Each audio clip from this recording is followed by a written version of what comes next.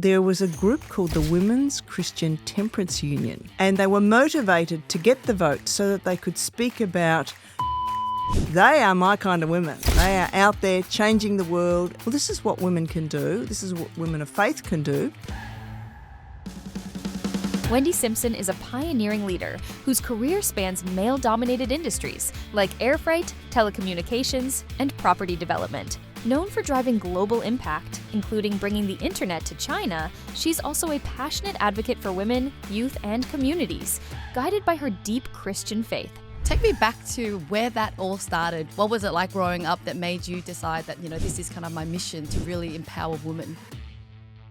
Thanks for coming, Wendy. It was so great to see you again. We had a chance to meet each other at an event at the Alpha Curious.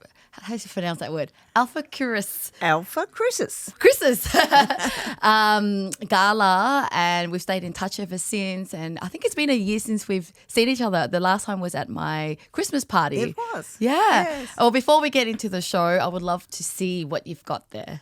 Okay, well, Lynn, I brought a fabulous African skirt here. Look at the Africans, aren't they colourful? They're bright. So what that means to me is, colour and bright. But it also is an important aspect about me because the empowerment of women and seeing women reach their full colour, their full potential really matters. So this time last year, I'd just come back from a World Vision trip to Zambia where I met some absolutely amazing women, including the mayor of one of the districts where World Vision's been helping them.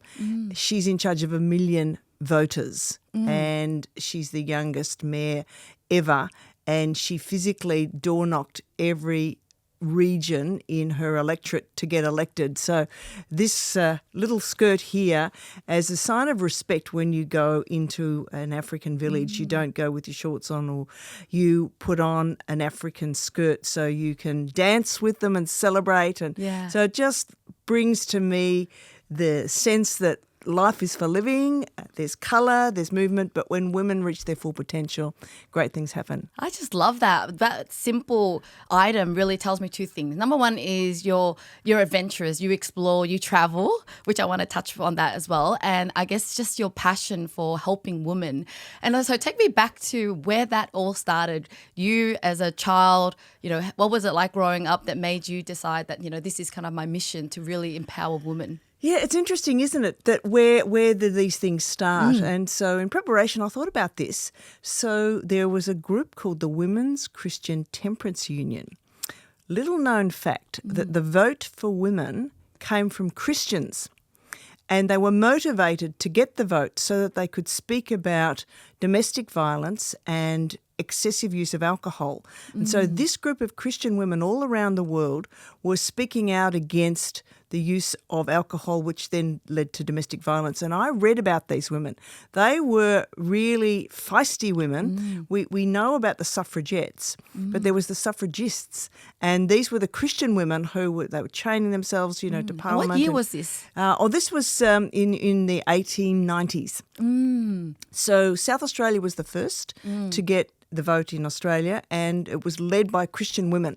Wow. Passionate women who said it's because we love God that we want women to get the vote. So I was about 12 years old when I started to hear about these women, and I thought, they are my kind of women. They are out there changing the world. And so really from the age of 12, I got inspired by, well, this is what women can do. This is what women of faith can do.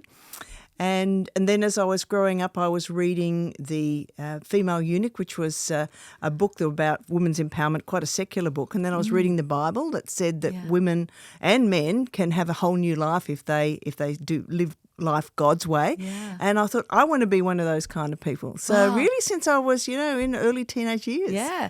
And so were you brought up in a Christian family? I mean, hearing a 12-year-old being so interested in God and in empowerment, it's a very rare thing thing. So we'd love to understand kind of your upbringing. What were your parents like? What was their influence on you? Yeah, so I grew up in Melbourne in the northern suburbs, a very humble. And we actually met in Melbourne. Yeah, that's right, at a conference. Yeah. Oh, actually, that was the first time, not the gala. Yes, yeah, that's right. Yes, at a conference about how to bring your faith into your business life. Yeah, so I grew up in Melbourne. And my father had a very humble job. It was probably one of the lowest paid jobs in the whole of Victoria. It was hooking trains together. Literally every day, yes, just hooking the two trains together. Yeah, so it's called a shunter is the actual term. And so that was a very low paid job. And I got a job as a nurse's aide in the summer holidays, and I got paid more than my father. And that was pretty confronting for me. He was in a very low paid job. He was very ill and he had a brain tumour, so he couldn't work very much. And so I was actually out getting a summer holiday job at the highest pay I could to sort of support the family. Wow. So, yeah, it was an interesting childhood. My father had been told by his father that he would never amount to anything. My father used to ride a bicycle because his father said to him, "You will never be smart enough to get your driver's license." And so, that was not really an empowering. Yeah. I can really resonate with that because I guess that was my parents too. Growing up, they just didn't know any better, and so they were kind of projecting their own fear and fear of failure on me, and never believed it. And that drove me into success. So, what did that do to your father? Did you think? Yeah, well, he didn't reach his full potential. Yeah, no, and I guess I saw that. And I thought, there's more to life than what I'm experiencing. And we lived on the kind of the wrong side of town in Melbourne. And I used to go to the art gallery and walk around there. I'd take myself on the train and I'd look at all these beautiful artwork. And I knew there were rich people and I knew there were business people and I knew there were successful people. They weren't in my world, but I knew they were out there. And I remember thinking, one day I'm going to get there. Yeah. Yes. I can also resonate with that because that's exactly what I believe, even though I had no examples within my own family. But I just said, hang on, these people just have arms and legs. They look like me. Why is it that they're rich? And, if they could do it, I can do it. So I love that you had that meaning to it, whereas your dad kind of believed what his father said. Yes. And so how was the Christianity part of it influence you as well? Yeah, so in Melbourne, there was a world event called the Billy Graham Crusade. 1 in 4 Australians actually heard Billy Graham deliver the life-giving message that in Jesus, person, like live. Yes, he had gatherings at the Melbourne Cricket Ground. It's the largest crowd that have ever been there because they were allowed to sit on the grass, which is normally in sport. Of course, the people don't sit on the grass, and so they went. And their faith was really enlivened, and after that they went to a local church. So when I was born, I was taken to the church, and it was a nice church. Most of the people talked about women being in very sort of basic jobs. There was not any business people in our church. All of the people who attended the church were factory workers and humble people. So when I was reading this book about the female eunuch and women's empowerment, I wasn't able to bring anything from that world into my church world and vice versa. So I was searching for where is that place where I can bring those two together, business thinking, radical, travel the world, change the world people and the Bible together. And it wasn't... they were lovely people, but that wasn't the way they conducted their Christianity.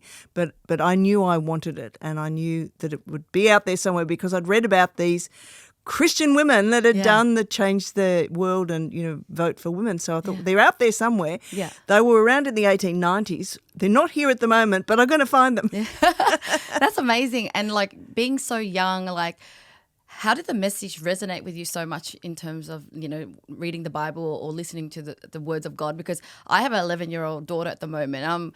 I finally found Christianity and believed in it a lot later. And so for me to expect her to understand and get it I kind of I'm a bit more lenient. I'm like, hang on, yeah, she still needs time to grow up. So I guess my question is like, what landed with you at that age? What made you feel like I believe this and I'm going to live my life like this? Because I think a lot of Christian parents, we want to bring our kids, we want to influence them, but we do struggle with allowing them to have their own journey as well. Yeah, well, I think for me it was discovering that really mattered to me, that I wanted to be a change maker. So, well, where are the people who are change makers? And I've always been looking for people who change and reading about them. So for me, because I came from a very humble background, and in a way that was good because I didn't meet real people, I read about them. Aha. And so I was interested. I was a reader and I would read about these people and I think, wow, wouldn't it be great, to be like those people? So I think young people are looking for people they want to be like. Yes. So rather than say, you want to be a religious person, I would say that parents should say, what kind of things are their kids interested, and tell them stories about people who are doing the things that the kids are interested in. And then find those people who are Christians in that context and say, and that's what gives that person that extra special activity, that special insight, is that they are not just a social activist. They're not just someone who's doing something interesting, but they're doing it because that purpose in their life is to do that thing because it's a God-given purpose. That made a lot of sense. So you were reading, researching, and then you stumbled across these inspirational stories of inspirational people who happened to be Christians. So you kind of saw the kind of common denominator there. Hang on, Christianity does make sense. And I think that's what's happening with me as well. Ever since I became one, I'm like, oh my God, I didn't know this celebrity is a Christian or this person is a Christian. Yeah. And even reading a business book, I'm like, this is an author that is a Christian because, it's a very subtle mention in there, but you can recognize that. And I think that's the reason why I decided to make this channel, because I'm like, I want to show more examples of successful entrepreneurs,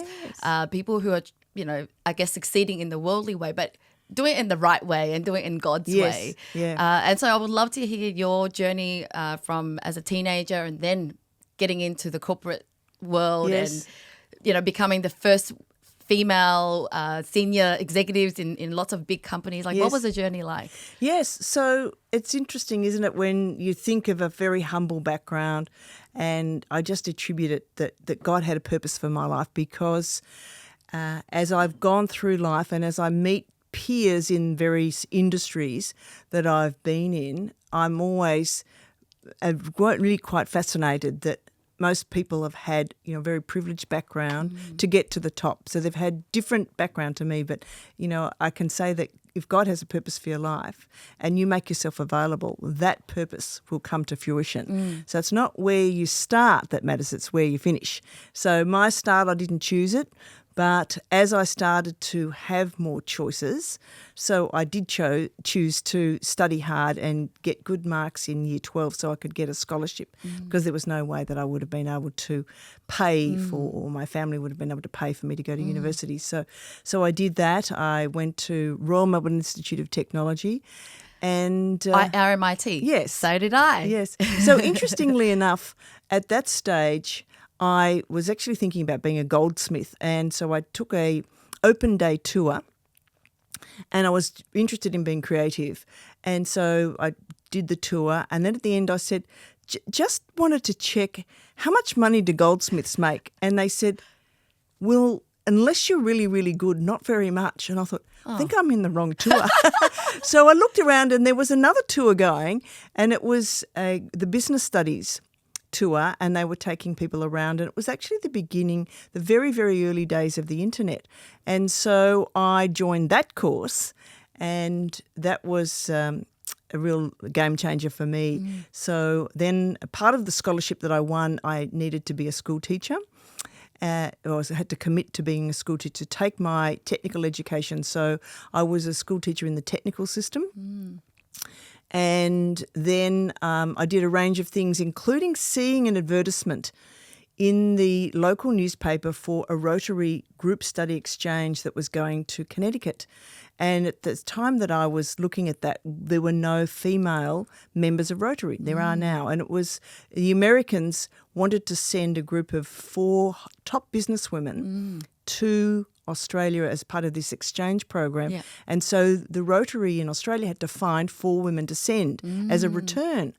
And I thought, I could just have a go at that. So I went with a banker, a town planner, and a general practitioner, GP doctor, and myself. And at that stage, I was running a school for juvenile delinquents. I had a mohawk, red hair. I was riding a motorcycle. So I toned my hair down a bit to go to Connecticut. And because I was running a school for juvenile delinquents, I had death threats. It was really tough. These were 13, 14-year-olds who'd been imprisoned for grievous bodily harm, rape, armed robbery, and it's compulsory that they go to school. So when they finish their prison sentence, they have to go somewhere. They can't just stay home. They have to go to school. So that was the job I had, and I worked hard. We also had founded the first youth accommodation program, community-led by Christians in Melbourne, and we were running a youth club, a Christian youth club for street kids. So I was doing those 3 things. Yeah. So I was And how old were you at that time? 28. Yeah. That's amazing. At such an earlier time in your career, you're already doing things that's so fulfilling. Yeah. So here I am, not quite fitting the other 3 who were a bit more sedate, but we were asked to go and live with Rotary people, and Connecticut is very wealthy, and it's the highest per capita income in America. And we would go into New York. I was living in the home of global CEOs who were multimillionaires. So that was the first time I'd actually met business people. I'd never met a wealthy. What was your perspective of them when you felt was that something you thought of them something different, and when you saw them and you spoke to them, they're different, or was it similar to what you were imagining them to be? Well, I hadn't imagined, but what I realised was that I worked harder than them. I worked a lot harder than them, and I had skills that they actually wanted, because we would talk at dinner time, and managing. Because you can only manage through influence, because these kids were actually physically bigger than me, a lot of them, and could be quite violent. So you had to negotiate, you had to position. There was a lot of skills that I'd learnt about influencing, guiding, persuading, which they didn't have because they had power and they had money, but they didn't have those other skills. So I realised these are actually really valuable skills. And then I noticed how their children treated them and vice versa. And I used to say to them, your family needs a bit of help, actually. And so I was actually able to give them advice about how to manage. You're adding value to them, and you started to realise that you're building your confidence through hanging out with these guys. Yeah. So I came home and I said to my husband, I have lived with and worked with multimillionaires who are running global corporations, and I'm as smart as them, and I work harder than them, and I've got skills that they don't have. And if I wanted to, I could become a global executive. And my husband said, well, then go and do it. Yeah. So I came back and I enrolled in a journalism degree just to learn how to communicate. And that required me to get up at 4 o'clock in the morning and go into the newsroom. Radio, it was radio journalism. I learned about product development. You have to have a fresh new product every hour. You have to be able to ring up somebody whose story is a bad story. You're going to say something bad about them on the radio. You ring them up at 5 a.m. and say, we're going to run this story. Would you like to comment? That sorts you out. You learn a lot of skills about being able to negotiate with someone at that very early hour when you've got a difficult. So I realised I was learning a lot of skills, and through that study then got me into politics, and I was a political advisor for Joan Kerner, the Premier of Victoria. So these opportunities were just popping up and you were saying yes to it and just leaning into wherever people are calling you from? Like, as in, let's say the politics thing, was it something that someone invited you in? Or So I had been, when I came back from this American opportunity with the Rotary Group Study Exchange, I was at that stage then looking for another job. The state government, who employed us wanted to shut down the program, and so they did shut it down, and so we had to find other jobs anyway. And so I got a job like in PR and marketing for a Christian agency, which is Anglicare in Victoria. I realised that actually being an employee of a Christian organisation, that's not my wiring. I'm too dramatic, I'm too results-oriented. Christian organisations can often be very purpose-led, perhaps too purpose-led to the point where non-performance isn't confronted. Yeah. So I was like, I'm not sure this is right for me. So then I was the marketing manager for a large event called the Royal Melbourne Show, and I increased attendance. I was the marketing and PR, so we made it like the thing to do. It was this major event. We took it to very public awareness and increased the gate takings by 300%. And so the government were looking for people to help them get their message out about what the Victorian government wanted to achieve. And so they headhunted me. Through hearing it, I just felt like you didn't seem to experience imposter syndrome in any way, because I know a lot of people, even entrepreneurs, successful or not, they still have some sort of like, I don't know if I'm good enough. But I haven't seen it or hear it through this story. Have you ever faced that? Look, there was a little bit. I'll tell you the story. So I'm the business brains behind the Telstra Business Awards, and Telstra approached Joan Kerner and said, we would like to do these business awards. And Jones said, look, I don't know, I think this is not really for us. The Labor Party haven't been traditionally the businessy people. And so there was a thought that maybe this was a bit of a trick by Telstra because they wanted to move their corporate headquarters out of Melbourne to Sydney, and so this is kind of a sweetener. And so I said to Joan, look, it's right, they could be a failure, So why don't you say it was my idea and I will carry the responsibility, and if it works, it works, and if it doesn't work, well, then you can say it was this other person's responsibility. And so we set it up and we started working on it, and it started to work. What year was this? I mean, everyone knows about the Telstra Business Award, and it's got a really great reputation. Like, what year was it? And 1992. Wow. Yeah. Yeah, so what happened was then there was an election called, and Jeff Kennett and Joan Kerner, then he's obviously the opposition leader and had been criticising her, and it was a bit like the Hillary. Do you remember when Hillary and Trump were against each other and it was quite nasty? It was very much like that.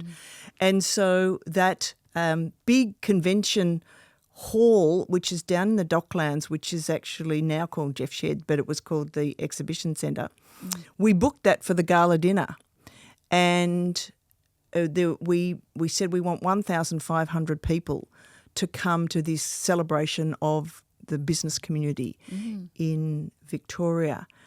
And so we sort of did all these things, and then the negativity started, and I thought, what have I done? I've committed the Premier to be at this event, and now we've got the political opposition.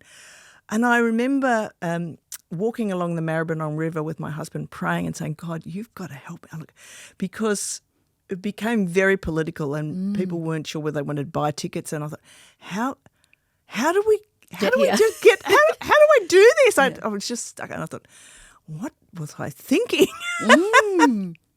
Anyway, I have never prayed so hard in all my life. There was a bit of sabotage as well, because some of the other government departments that were meant to help me with this, they decided they wanted to show that they weren't supporting Joan Kerner because, when there's a change of government, people can lose their jobs. So they wanted to this project or this event became the sort of like, no one wanted to touch it because they didn't want Jeff Kennett to think that they'd helped in any political way. So there was so much sabotage to the point where I went into the office one day and there was all these workmen pulling all the desks out, unplugging the computers and rolling the carpet. And I said, what are you doing? They said, we're changing the carpet. I said, no, you're not. You put that stuff back there. You put those desks back. My people are coming in. We're working today. You're not. It was sabotage. And I thought, oh, my goodness. Yes. Yeah, but you were still brave enough to do it, even though it was the first time that you've ever thrown something, and you were willing to take the blame. Like, where did that come from? I guess share some advice to those that are especially women, we're always a little bit more risk averse and we don't think we're good enough. And it's a kind of like business is for men and we don't want to be, it's hard to be confident in our decisions. So I would love some insights into Wendy's mind. And I think it is that sense that, no, but God needs people who are available. I make myself available. Someone has to do this. This has to get done. And well, why not me? And so, God stretches us and you make yourself available. It's amazing what he will do. I mean, I was just praying like every 10 minutes. Yeah. Really like, God, I just got through another 10 minutes. Okay, let's go to the next thing. So prior to this kind of big ordeal and you're praying, have you had other situations when you were younger that you've leaned on God and then it worked and obviously over time your confidence in God becomes more. You're like, everything will always work out. Yes. Yeah. Has things gone wrong before and you've been able to lean on God and God saved you before? I think there's obviously a few key moments. I mean, my father died when I was a teenager, and that's something that you don't ever want God to activate. So, was your mum in the picture? Because you haven't mentioned. Yes, she was. Yes, so that was very hard for her to lose her husband. My dad died when he was 42 years old. Yeah. So, so she didn't find that easy, and she became a single mum with my little brother and me. What did you say to yourself when you have something like that happen to you, like your father passing away? What do you put a meaning towards with that? I guess that's why I have become stronger, because I couldn't say, well, the family's going to look after me. So there was that sense, well, it's God and me, and we're going to get out there and get stuff done. What did you feel like, looking back? I feel like everything happens for a reason. And so were you able to analyse the passing of your father, something so significant like that, and why it's so impactful to the way you are now? Yeah, I mean, this is a profound sort of thought, but because unfortunately my father's world he'd been told it's a small world. You have to ride a bicycle. You will never be smart enough to drive a car. He did eventually get his driver's license, but I think if he'd lived with that worldview, it would have affected me, and then I probably maybe just, Mrs. Nobody sitting in the suburbs. But because I saw that there was another world and wanted the other world and didn't have a father that said, no, you have to do this. He wasn't able to sort of try and tell me what to do. So I kind of, I'll do that. I guess from a very young age, my mother told me a story of when I was 4 years old. I said to my mum, I want a watch. And she said, you're too young to have a watch. And so there was a shopping strip at the Moonee Ponds, Mrs. Edna Everidge suburb, that was where the shops were where I grew up. Yeah. And she said to me, when you were 4, you said, well, if you won't give me a watch, I'll take my pocket money and I'll go down to Puckle Street and I'll buy my own. So I guess there's that sense that I've thought, with God and me, we can do things together. Do you think that you've always had a knowing that you can make it happen? Like, I resonate so much because I didn't have any good influence or I didn't copy anybody, and yet deep down my parents thought I was arrogant because I was always so strong-minded, like that's it, I can do this, or if they can do it, I can do it. And I felt lucky in that I was born with that mindset. Do you feel like it was just natural for you to just feel like that?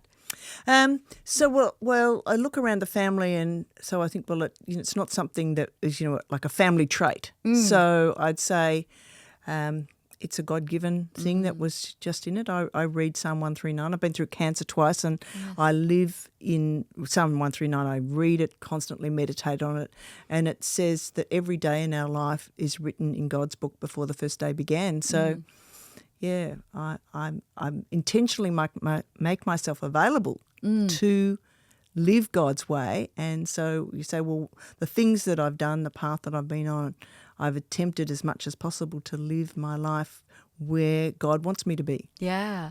And so throughout your career, obviously you were doing, I guess, really senior roles, and kind of the world all men, and probably most of them aren't Christians. So what were some of the challenges going through all that you could kind of pass on some advice or some tips for other women who are trying to climb that corporate ladder? And because I think we always struggle between that Christianity and feeling like you should be content, but at the same time, you know that you can do more for the world. And I feel like, would love just any tips around your reflection on your journey. Yeah, so I guess to overcome the point you made about, you know, where are the women who are going to be change makers. So I started the Australian Council of Business Women, gathered some women. We went down to Parliament House and we spoke to some of the politicians there, and we persuaded them to give us some seed funding, and we had some public servants who were assigned to help us. So it was on their payroll. So that was part of the way in which they funded it, was to assign us some public servants. And we ran some activities, and we let people know about trade missions, about, you know, women representing Australia to go and do business overseas. And so I guess what I've done is tried to gather other women who are like-minded, call the purpose out in their lives, sometimes secular, sometimes Christian. And doing it alone, if you are a woman out there listening to this and you don't have some strong Christian women friends, then I think you need to. You know, the saying, if you want to go fast, go alone. If you want to go further, go with others. And so doing life with other women who are like-minded has been one of my key successes for sure. This highlights one of the key traits that I discovered when I first met you, or when I'm hearing about you. It's your ability to connect.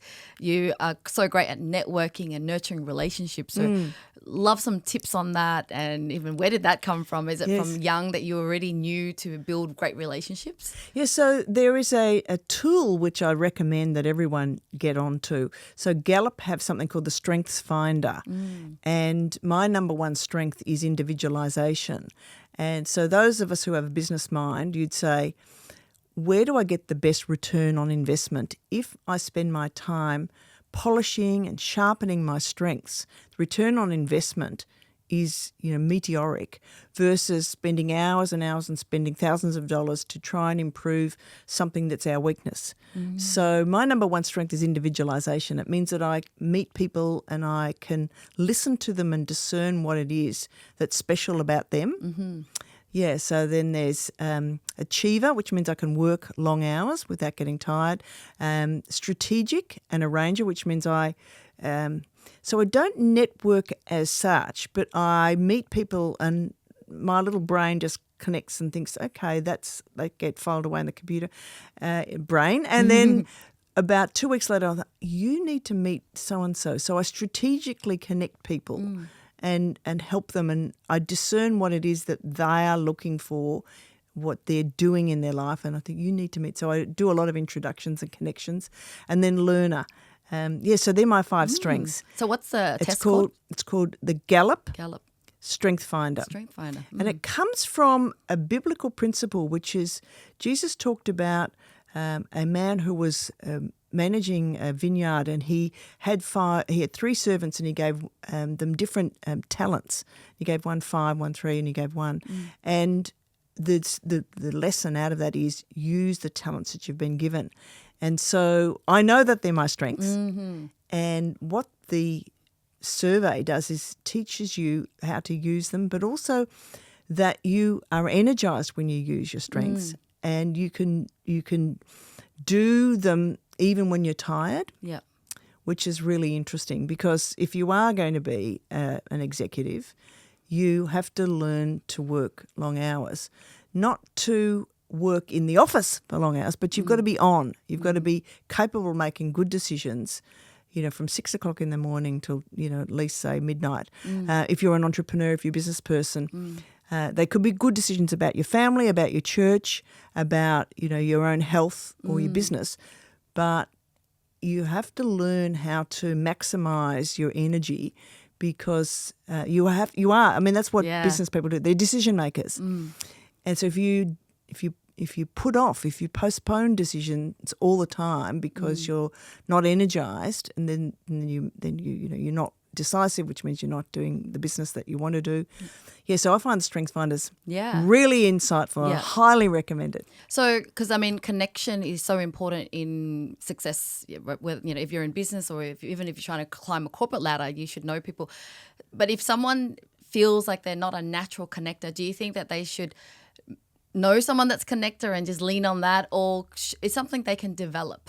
Well, the Strength Finders would say that if you're not naturally a connector, that you should have strengths conversations with other people who are, and like collaborate with them. And so that what they would say is the amount of time and effort that you spend in trying to become a connector, if you're not naturally one, the payback is pretty low.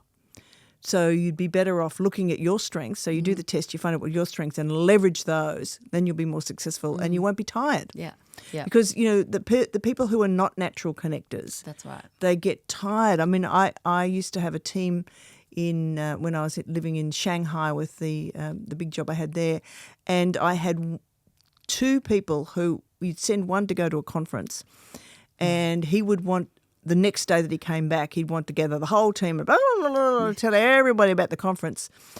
The other one would have to go to sleep for a day because he'd been at a conference with 300 people and he had to actually restore his energy, and he couldn't give his debrief on what the conference was for about 2 or 3 days because he had to re-energise it because he was so de-energised by being with such a large number of people. So I don't think you can rewire yourself. You just have to learn to play to your strengths. Yeah, I love that. I think that's a good tip. It's just about leverage, and we can't do everything on our own. Talking about working so hard, did you ever come to a time when you kind of slowed down? And because I feel like I'm like you, where I've got so much passion and I'm working a lot. I love it. My husband's like, you're going to burn out. I'm like, I'm not burning out. I haven't burnt out for 12 years since I've known you, so I'm not. But I definitely feel like I am going to consciously slow down a bit. But has that ever come into your mind about, or during that time that you were, you know, quite ambitious and working hard? And was there a turning point where you started to slow down? Yeah, it's interesting, isn't it? I really tried to segment when I wasn't an employee. When you're an employee, you know, you have to do what you're asked to do. But when I became self-employed, I would reserve one day a week for just thinking and praying and reflecting. Yes, so I've been trying to do that recently. I mean, of course, COVID shut us all down, so we had a bit more time. And then the 2 cancer treatments I've had have been very much, you know, you have to stop. You have to stop and reflect and really evaluate life. Yeah. Yes. But I mean, I read that God wants us to work, right? Retirement is death or something along that line. Like, do you also believe that, I mean, we have to continue to keep our mind stimulated? We might not be working and trying to solve big problems all the time, but we should always giving back or always helping someone? Yeah, well, certainly we're wired to have purpose, and you know, when God created Adam and Eve and gave them the responsibility of taking care of the garden, that's really what Jesus came to do, was to restore us back to that original mandate of us humans, men and women, working together, not working against each other, working together. To be fruitful. God said, be fruitful and multiply. And so, you know, that sense of purpose, being fruitful, that's what we're wired to do. Yeah. You're so impressive when I was researching about you, because you had 13 foster children and then you even brought the internet to China. How did you juggle it all? Like, what are some productivity tips that you can share to women out there? So marry very, very well. Men and women working together. That was So God's you married original. quite early too, because I know you know. Yeah. Yes, I did. Yeah. Yes, we met at the university. Yes, and so I was Christian at university. My husband wasn't. And He wasn't a Christian, and he became one later. Yeah, Wow. well, he became one. I said, look, we can just be university friends, but if you would like to date, you'll need to start coming to my church because that's important to me. And he did, and he, being an engineer, very more scientific mind, had to really think it through. It wasn't something that was random and impulsive. He really thought through. It took him about 9 months to really read through the Bible and understand what he was committing to. Very thoughtful. And so we've been a great partnership. And that really is He loves you essential. so much. It is so important to have a partnership. You know, we're designed, men and women are designed to work collaboratively and together. And so, yes, we've had a great marriage, and that has enabled me to do everything. My husband has championed me, and we've flexed a lot. Obviously, he did his MBA first, then I did mine. So, while he was studying, I was looking after the foster kids, and vice versa. So, we share a lot together. Yeah. It's Can you very tell me important. more about the reason why you decided to foster kids, and what are some challenges that come with it? And because I think it's always something, as a Christian, you're always trying to find ways to give back. And I have thought of that, and already my kids are like, I don't want some strangers in my house. And so it's just an idea that I toy with, but I would love to know what got you to get into that, and what were some of the challenges? Yeah, we were running a youth club for the street kids, and they weren't going home because they were kind of, out and about. And so we realised that we needed to do something about that. So at the age of, I was 24, my husband was 25, we called a public meeting, and the mayor, and we found out there was 200 kids who were out of home, who were couch surfing, sleeping under bridges and whatever. And we got a government grant, and we started to solve that problem. But not all the kids could live in supported accommodation. Some of them needed to live in families. So we spoke to all of the Christians in our local district, and we got some people who would volunteer to have kids come and live with them. We all did, proper training, of course. You've got to do that training. So certified and qualified to do that. And then we would have the kids, we had the hard to place, sort of 14, 15, kids who are out of home. The welfare teachers in the local school would refer them to us, or the Salvation Army, or the government welfare department. So you had 13 over the time, not 13 at once. No, I think. no. And Joan Kerner was a very social-minded woman, so she was very understanding. When some of the kids would answer the phone when she would ring up, and they would say things that they shouldn't say on the phone. I go, just give me the phone, will you?